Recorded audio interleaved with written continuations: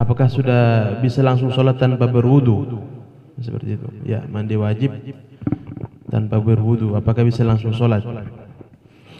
Ya, bismillahirrahmanirrahim. Saya bacakan ibarah dari kitab Asnal Matalib juz 1.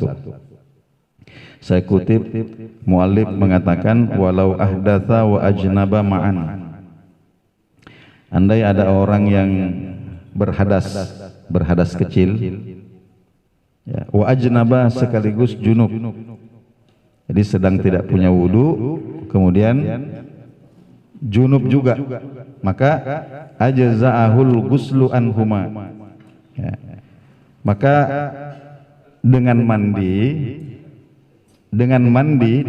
junub itu maka hadas kecil dan hadas besarnya sudah hilang.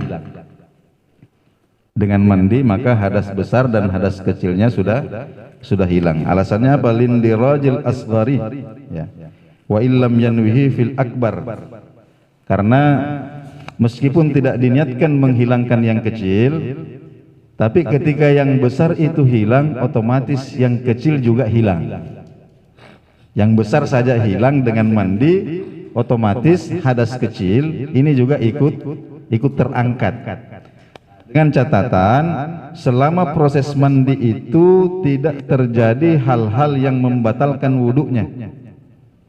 Selama mandi itu tidak terjadi hal-hal yang membatalkan wudunya, seperti menyentuh kemaluan dengan telapak tangan, atau mungkin buang angin, atau buang air kecil. Jadi ketika dalam proses mandi mulai dari awal sampai akhir itu tidak terjadi hal-hal yang membatalkan wudu, maka cukup dengan mandi saja, tidak perlu berwudu lagi. Kemudian di sini ada hadis riwayat dari Sayyidah Aisyah, karena Rasulullah sallallahu alaihi wasallam la yatawaddau ba'dal ghusli. Ya, dari Sayyidah Aisyah ceritakan bahwa Nabi sallallahu alaihi wasallam itu pernah mandi junub dan tidak berwudu lagi setelah mandi. Ya, kemudian beliau sholat. Ya, kira-kira seperti itu mungkin keterangannya.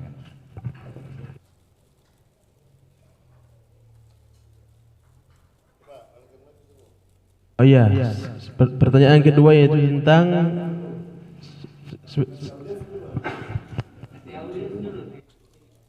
ini dari audiens juga, cuman yang sudah masuk duluan Pak. Jadi kita jawab dulu yang sudah disiapkan ibarahnya dari hadis dan dari kitab-kitab supaya lebih tertata insyaallah.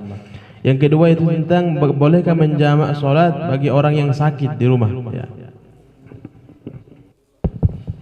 Baik. Menjamak sholat bagi orang yang sakit di rumah, ini hukumnya boleh. Ya. Saya bacakan ibarahnya dari kitab I'anatut Thalibin. Wa yajuzul jam'u bil maradi taqdiman wa ta'khiran. Jadi orang yang sakit boleh menjamak sholat, boleh jamak takhir, boleh jamak takdim.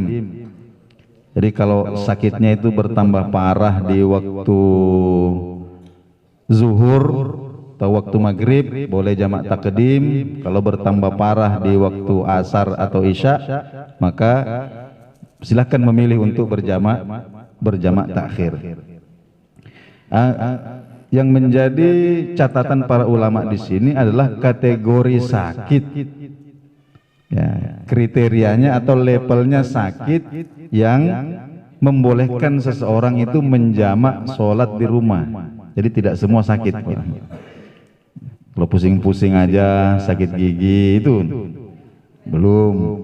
Jadi dikatakan bahwa kira-kira sakitnya itu sama dengan sakitnya orang yang dibolehkan untuk sholat duduk.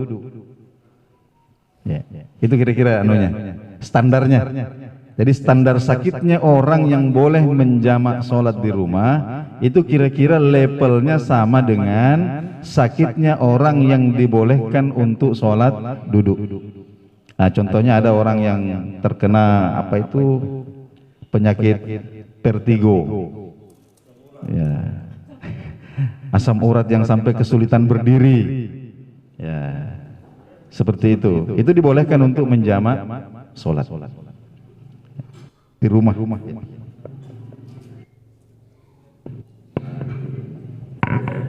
Ya, terakhir satu lagi masih ada, yaitu masalah kunut nazilah. Karena ada jemaah kemarin bertanya, ini baru-baru masuk kemarin sebelum maghrib. Ustadz izin bertanya, saya kira kunut nazilah di waktu zuhur dengan asar itu pelan saja, tidak usah dikeraskan. Sir, imam saja yang dengar. Nah, bagaimana itu? Ya, kunut nazilah ini sedikit mungkin kita jelaskan sedikit bahwa kunut nazilah ini mulai disyariatkan atau mulai Nabi praktekkan itu pada tahun keempat Hijrah. Itu latar belakangnya adalah Nabi Shallallahu Alaihi Wasallam mengirim 70 orang sahabatnya, semuanya penghafal Quran. 70 orang sahabatnya semuanya penghafal Quran, dikirim ke beberapa kabilah yang minta guru, dikirimkan ke sana, tapi ternyata bukannya diterima, justru semua sahabat Nabi ini dibunuh. 70 orang penghafal Quran. Jadi kalau kita buka sirah Nabi itu ada bab itu namanya tragedi Bi'ru Ma'unah. Itu terjadi di sebuah distrik yang bernama Ma'unah. Ke-70 orang sahabat Nabi ini kemudian dihadang, dipanah, ditombaki sampai kemudian meninggal semua. Cuma satu yang selamat. Satu yang selamat. Inilah kemudian yang menyebabkan baginda Nabi Shallallahu Alaihi Wasallam sangat marah. Sehingga satu bulan pul setiap kali sholat 5 waktu Nabi Shallallahu Alaihi Wasallam melakukan kunut nazilah ini untuk mendoakan kebinasaan dan kehancuran orang-orang yang membunuh sahabatnya dengan zalim ini.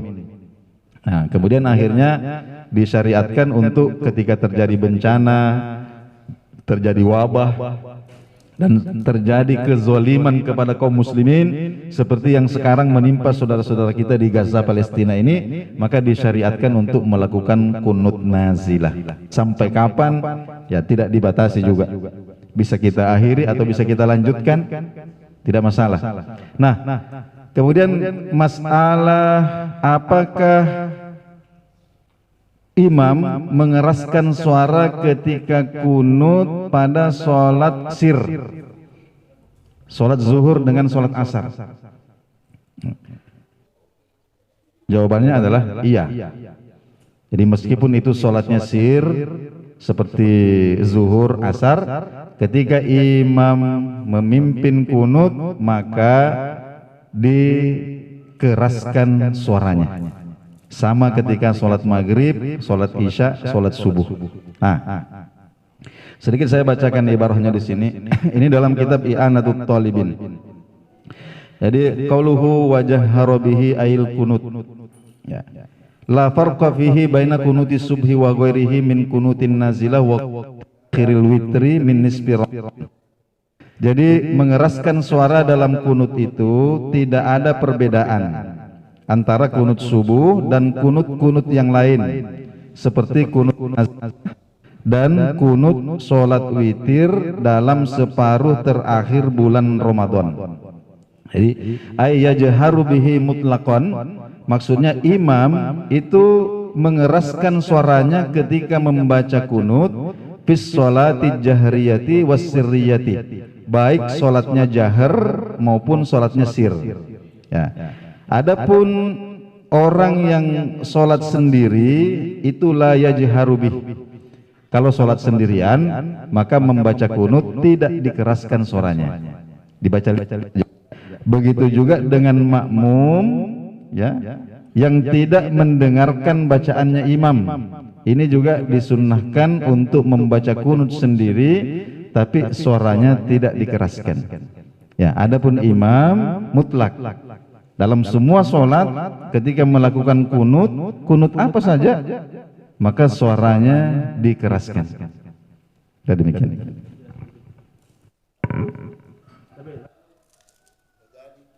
Ada pertanyaan?